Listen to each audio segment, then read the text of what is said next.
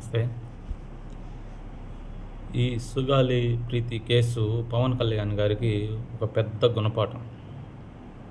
ఎందుకంటే నమ్మక ద్రోహం అంటే ఏందనేది సుగాలి ప్రీతి తల్లి చూపించింది ఇప్పుడు. వెన్నుపోటు, కృతజ్ఞత లేని మనస్తత్వం చూపించింది ఆవిడ.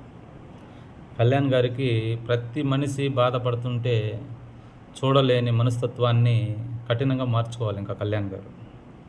ఎందుకంటే సార్ మీరు చెప్తుంటారు, మా వీర మహిళలు, మా జన సైనికులు, మా కార్యకర్తలు, మా వాలంటీర్స్ అంతా చాలా గొప్పవాళ్ళు, వాళ్ళ ద్వారానే నేను కూడా ఈ పోరాటం చేయగలుగుతున్నాను, పార్టీని నడపగలుగుతున్నారు అని మొన్న కూడా చెప్పారు వైజాగ్లో, నిన్నగాక మొన్న 3 రోజుల క్రితం.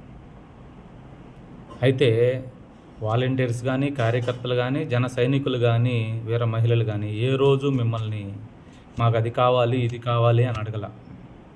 ఎందుకు అడగలేదంటే వాళ్ళకి మీ మీద ఉన్న గౌరవం, అభిమానం. మీరు ఏది చెప్తే దానికి తలూపుకుంటూ పోతూనే ఉంటాం. ఇప్పుడు కాదు, ఎప్పుడైనా సరే. ఇంకొకటి, ఇంతవరకు అడగలేదు మాకు ఇది కావాలి అని, ఇప్పుడు అడగము, ఇంకా అడగబోము కూడా.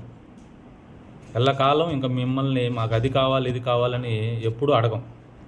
కానీ మీరు ఎవరికైనా సహాయం చేసేటప్పుడు వాళ్ళని కొంచెం ఆలోచించి, కొంచెం ఎంక్వైరీ చేసిన తర్వాత వాళ్ళకి సహాయం చేయండి.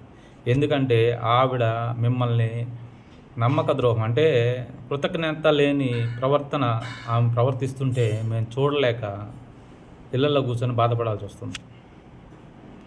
మేము 2 పూట్ల తినే 1 పూట పస్తుండైనా మీకోసం పనిచేయగలం, కానీ ఇలాంటి వాళ్ళకి మీరు మంచి చేసి వాళ్ళ చేత మాటలు పడుతుంటే మేము చూడలేని పరిస్థితిలో ఉన్నాం.